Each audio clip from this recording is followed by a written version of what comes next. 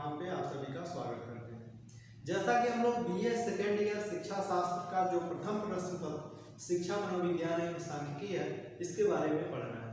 जो हमारा चैप्टर चल रहा है शैशवावस्था, जिसमें आज का जो हमारा टॉपिक है वो है शैशवावस्था में बालक का मानसिक विकास और साथ ही साथ इसे प्रभावित करने वाले कार्य, इसके बारे में आज हमें पढ़ना है। तो सबसे पहले हमें जानते हैं कि मानसिक विकास क्या होता है और मानसिक विकास के पक्ष कौन कौन से होते हैं, जिसके बारे में जिसके आधार पे बालक का मानसिक ग्रोथ यानी कि बालक का मानसिक विकास होता है। तो सबसे पहले हम ये जानते हैं कि शैशवावस्था में मानसिक विकास होता है क्या। मानसिक विकास के पक्ष कौन कौन से हैं, हम यहाँ पे आपको बताते हैं। मानसिक विकास के पक्ष में आता है संवेदना,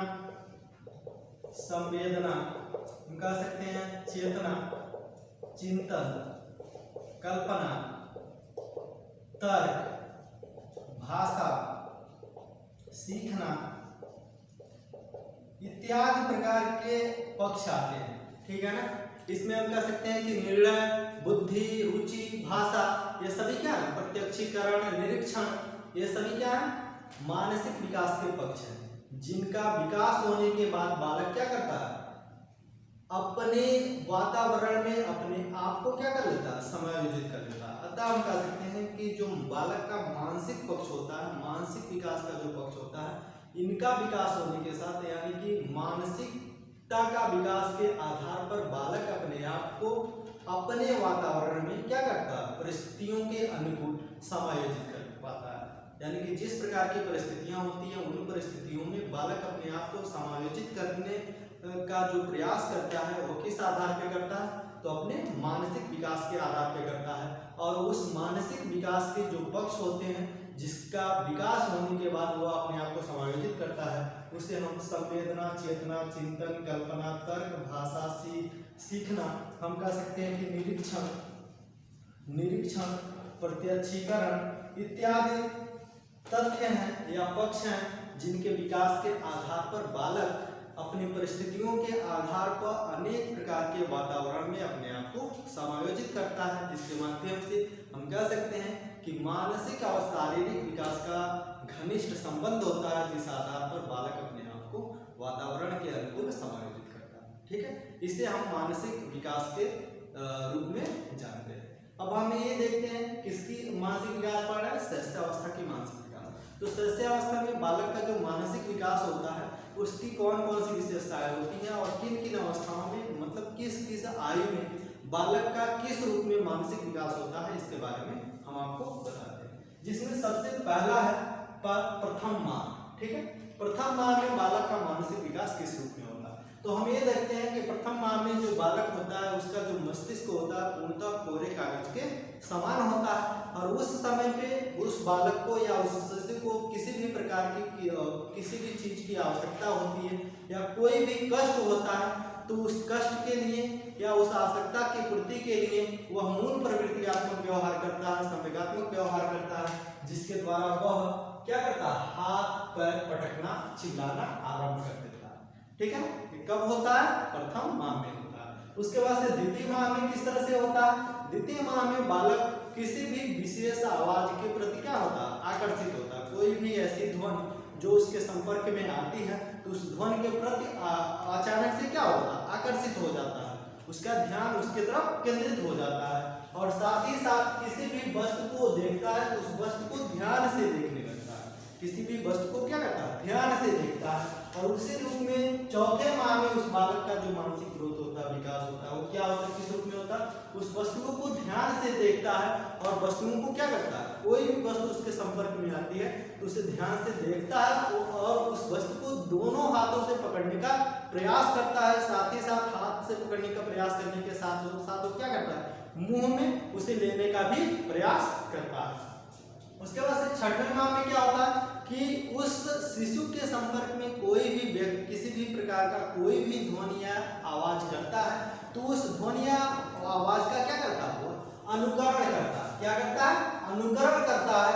और इस समय यानी कि छठवें माह तक वह बालक अपना नाम समझने लगता है। जैसे हम किसी भी बालक को छोटू, गोलू, मोनू ऐसे करके हम लोग बुलाते हैं तो क्या करता है, वह समझने लगता है कि यह मेरा नाम है कितने माह में, 6वें माह में, ठीक है ना। और किसी भी व्यक्ति के द्वारा कोई भी आवाज निकाली जाती है तो उस आवाज का क्या करता है, अनुकरण करने लगता है, यानी कि वह शब्द, वह आवाज, वह ध्वनियां अपने मुख से निकालने का प्रयास करता है, ठीक है। उसके बाद से है 8वां माह।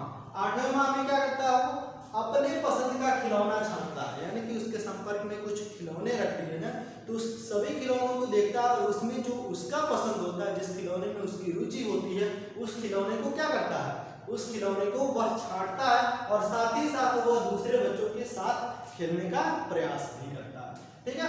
उसी क्रम में हम देखते हैं कि 10वें माह में क्या होता है कि उस बालक से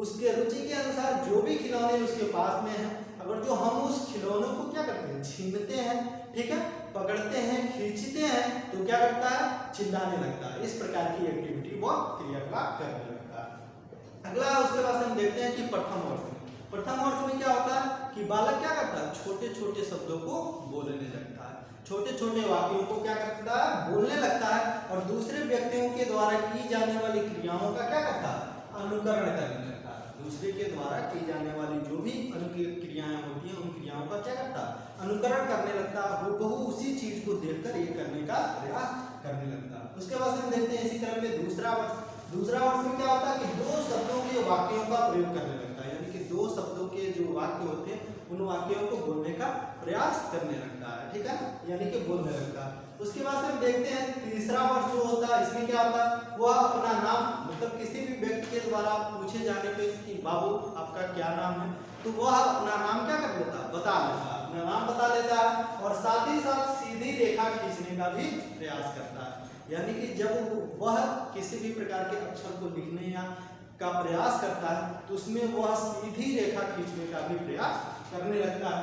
अगला है चतुर्थ वर्ष, यानी कि चौथे वर्ष में क्या होता है कि वह 10 तक गिनती सीख लेता है और अक्षर लिखना आरंभ कर लेता है। क्या कर लेता है, 10 तक गिनती भी सीख लेता है और अक्षर जो होता है उसे लिखना आरंभ कर देता है। जैसे हम कह सकते हैं कि क ख ग, यानी कि जो भी हम क से अज्ञा तक होता है, वर्णमाला, इसके जो भी अक्षर होते हैं वो लिखना आरंभ कर लेता है, जो गिनती होती है उसे भी लिखना आरंभ कर लेता है।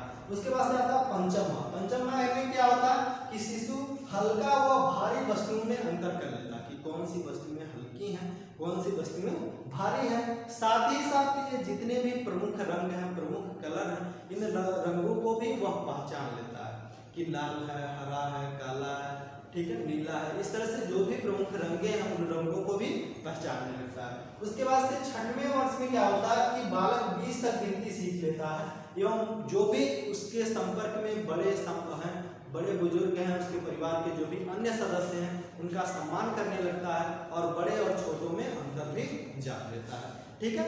और हम देखिए अब यहाँ तक हम ये क्या देखते हैं कि जो शैशवावस्था होता है, शैशवावस्था में माना जाता है कि बालक का जो मानसिक विकास होता है वह 50% हो चुका रहता है। कितना हो चुका रहता है, 50% हो चुका रहता है, ठीक है। तो इस तरह से हम कह सकते हैं कि सबसे ज्यादा जिस अवस्था में बालक का मानसिक विकास होता है वो होती है शैशवावस्था, और बाकी के जो 50% होते हैं वह बाकी की अवस्थाओं में होते हैं, ठीक है। तो इस तरह से हुआ हमारा मानसिक विकास का अर्थ, मानसिक विकास के पक्ष, और साथ ही साथ मानसिक विकास शैशवावस्था में जो भी मानसिक विकास की विशेषताएं हैं उसे हमने जाना। अब इसके बाद से हमारा अगला टॉपिक आता है मानसिक विकास को प्रभावित करने वाले कारक, यानी कि मानसिक विकास को कौन कौन से ऐसे कारक हैं जिनका प्रभाव पड़ता है और मानसिक विकास होता है। तो सबसे पहले है वंशानुक्रम के बारे में आपको बताया जा चुका है कि माता पिता के द्वारा प्राप्त जो गुण होते हैं पीढ़ी दर पीढ़ी जीन्स या पैतृक के माध्यम से हस्तांतरित होते रहते हैं। ये जो प्रक्रिया होती है क्या कहलाती है, वंशानुक्रम कहलाती है। अतः हम कह सकते हैं कि एक उस बालक के माता पिता का जैसी मानसिक योग्यता होगी, जैसी उनकी बुद्धि होगी, उसी प्रकार से उस बालक का मानसिक विकास होगा। अतः हम कह सकते हैं कि वंशानुक्रम का प्रभाव बालक पर पड़ता है और वंशानुक्रम में मानसिक विकास का भी प्रभाव यानी कि बौद्धिक क्षमता का भी प्रभाव उस बालक पे पड़ता है, और उसी माता पिता के बौद्धिक क्षमता के आधार पर बालक के मानसिक विकास होते हैं, ठीक है।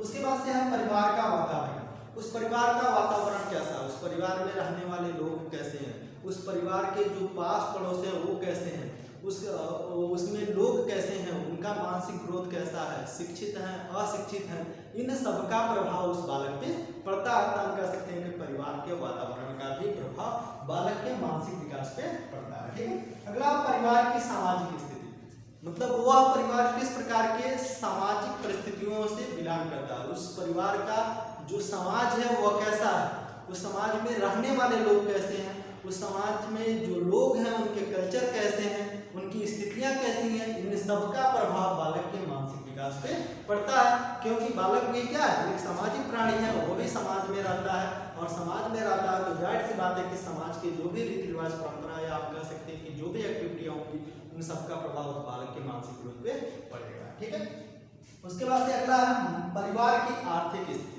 जैसा कि आपको पता है कि जिस परिवार का आर्थिक स्थिति अच्छा नहीं होता है तो उस परिवार के जो भी बालक होते हैं उनकी जो भी आवश्यकताएं होती हैं उन आवश्यकताओं की पूर्ति पूर्ण रूप से नहीं हो पाती है, जिसके आधार पर उनके मानसिक विकास नहीं हो पाते हैं। और जिस परिवार की आर्थिक स्थिति अच्छी होती है, जिसके माध्यम से उस बालक की विशेष आवश्यकताओं की पूर्ति की जाती है, पौष्टिक आहार प्राप्त होते हैं, जिसके माध्यम से उस बालक का क्या होता है, मानसिक विकास अच्छे से होता है। अतः हम कह सकते हैं कि परिवार की जो आर्थिक स्थिति होती है उसका भी प्रभाव बालक के मानसिक विकास पे पड़ता है। ठीक है, अगला है माता पिता की शिक्षा। माता पिता की शिक्षा भी बालक के मानसिक विकास को प्रभावित करता है। यानी कि एक शिक्षित माता पिता होंगे तो जाहिर सी बात है कि अपनी शिक्षा का क्या करेंगे, मतलब अपनी शिक्षा के माध्यम से उस बालक को भी शिक्षित करने का प्रयास करेंगे, जिसके माध्यम से उस बालक के मानसिक विकास होंगे। अतः कह सकते हैं कि माता पिता का शिक्षित होना अशिक्षित होना ये दोनों बालक के मानसिक विकास को प्रभावित करता है। ठीक है, अगला है बालक की शिक्षा, मतलब बालक शिक्षा किस रूप में प्राप्त करता है। ठीक है, उसकी शिक्षा प्राप्त करने की शैली क्या है, सीखने की प्रक्रिया क्या है, इन सबका प्रभाव बालक के मानसिक विकास पे पड़ता है। ठीक है, अगला है विद्यालय।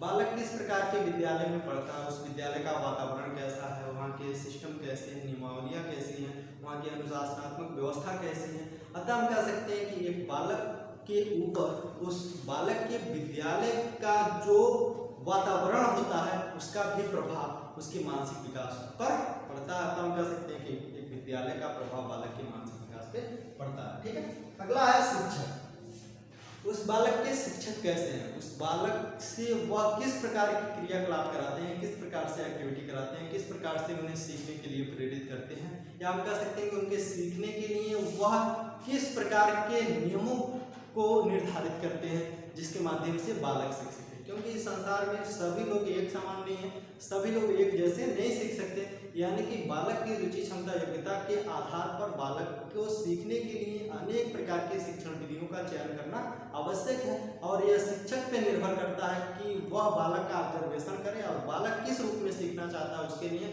उस प्रकार के शिक्षण विधियों का चयन करे, उसी के आधार पर बालक को सिखाए। यानी कि हम कह सकते हैं कि एक शिक्षक का भी बालक के मानसिक विकास पर प्रभाव पड़ता है।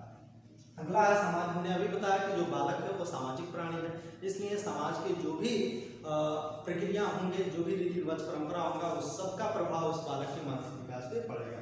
अगला है शारीरिक स्वास्थ्य। शारीरिक स्वास्थ्य का तात्पर्य क्या है, आपको पता है अरस्तु का एक कथन है, अरस्तु जी ने कहा है कि स्वस्थ शरीर में स्वस्थ मस्तिष्क का विकास होता है। जब बालक का शारीरिक स्वास्थ्य नहीं बना रहेगा तब तक उस बालक के मानसिक विकास नहीं हो सकते। अतः बालक के जितने भी पक्ष होते हैं, शारीरिक मानसिक नैतिक चारित्रिक, सभी क्या होते हैं, एक दूसरे से जुड़े होते हैं। अतः हम कहते हैं कि जो शरीर और मन होता है, यानी कि शारीरिक और मानसिक जो शक्तियाँ होती हैं वो दोनों एक दूसरे से घनिष्ठ रूप से जुड़ी होती हैं। बालक का मानसिक विकास तभी होगा जब उसके शारीरिक स्वास्थ्य अच्छे होंगे। अतः हम कह सकते हैं कि शारीरिक स्वास्थ्य का होना भी बालक के मानसिक विकास को प्रभावित करता है। ठीक है, धन्यवाद, मिलते हैं हम अगले वीडियो में इसी के साथ।